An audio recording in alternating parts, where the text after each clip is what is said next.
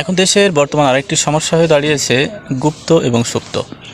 তো গত পরশুদিন দেখেছেন যে গুপ্ত এবং সুপ্ত এই বিষয়টাকে বিভিন্ন দেওয়ালে লিখনের মাধ্যমে ছাত্র শিবির এবং ছাত্র দলের ভিতরে ব্যাপক সংঘর্ষ হয়েছে। তো এই যে বাংলাদেশের যে বর্তমান অবস্থা, এই অবস্থার পরিপ্রেক্ষিতে এখন কে গুপ্ত কে সুপ্ত এটা দেখার কিন্তু সময় এখন না। তো একটা দল বর্তমানে পাওয়ারে আছে, তার অপোজিশন পার্টি আছে, দুপক্ষই দেশটাকে চালাচ্ছে। সংসদে তারা দুপক্ষেই দেশের বিভিন্ন বিষয় আদি নিয়ে কথা বাকবিতণ্ড করছেন বা বিভিন্ন বিষয় নিয়ে সেখানে উত্থাপন করছেন কথা। তো এর মাঝে আমাদের বাংলাদেশের বিভিন্ন জায়গা থেকে দেখছি যে এই বিষয়টাকে কেন্দ্র করে বাংলাদেশে একটা বড় ধরনের ঝামেলা পাকানোর একটা চেষ্টা চালাচ্ছে একটা কুচক্রী মহল। তো এই নিয়ে অনেকে ভিডিও বানাচ্ছেন। তো বর্তমান বাংলাদেশের জ্বালানি সংকট এবং অর্থনৈতিক যে মন্দা দেখা দিয়েছে, অর্থনৈতিক যে সংকট, এই সংকট মোকাবেলায় কিভাবে কাজ করলে দেশ এগোবে, দেশের যে ক্ষতি সেটা পূরণ হবে, এই বিষয়টা নিয়ে বরঞ্চ আলোচনা করা উচিত আমি মনে করি। তো কে গুপ্ত কে সুপ্ত এটা doesn't matter at this time.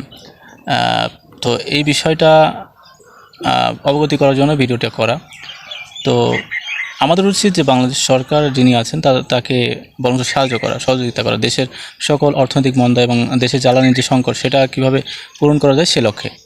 তো দেশে একটা হুলস্থুল কাণ্ড বাঁধিয়ে বা দেশে একটা সমস্যা বাঁধিয়ে এটা বরঞ্চ দেশ আরও তলিয়ে যাবে। যেমন শ্রীলঙ্কা তলিয়ে গেছে, বা শ্রীলঙ্কার অর্থনৈতিক মন্দা ব্যাপক প্রকট আকার ধারণ করেছে, সেখানে মানুষের জনজীবন অন্ধকারে ঢেকে গেছে। তো বাংলাদেশও সেই পথেই হাঁটছে কিন্তু। তো এই জায়গা থেকে যদি উঠতে হয় তাহলে আমাদের বাংলাদেশের মানুষকে সচেতন হতে হবে, দেশের প্রধানমন্ত্রীকে সচেতন হতে হবে এবং অপোজিশন পার্টি যারা আছে সবাইকে একযোগে কাজ করতে হবে দেশের জন্য। কে গুপ্ত কে সুপ্ত এই বিষয়টা এখন আলোচনা করার বিষয় নয়, এখন ভাবার বিষয় দেশকে নিয়ে, জাতিকে নিয়ে, দেশের মানুষকে নিয়ে।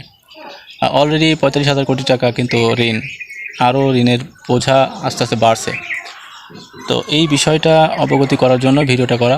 তো কেউ খারাপভাবে নেবেন না, অবশ্যই একটু ভেবে দেখার আবেদন জানাচ্ছি যে একটু ভেবে দেখবেন বিষয়টা। তো ভিডিওটা কে কোথা থেকে দেখছেন এবং আপনার মতামত অবশ্যই কমেন্টস করবেন এবং ভিডিওটি শেয়ার করবেন ভালো লাগলে। তো আবারও জানাচ্ছি, আবারও বলছি যে কে গুপ্ত ভাই কে সুপ্ত এটা ভাবার এখন সময় না। সবাই চলুন একসাথে হয়ে দেশকে ভালোবেসে দেশের জন্য কাজ করি। দেশের অর্থনৈতিক চালিকা বা অর্থনৈতিক চাকাকে প্রসিদ্ধ করার জন্য সবাই মিলে একসাথে কাজ করি। ধন্যবাদ।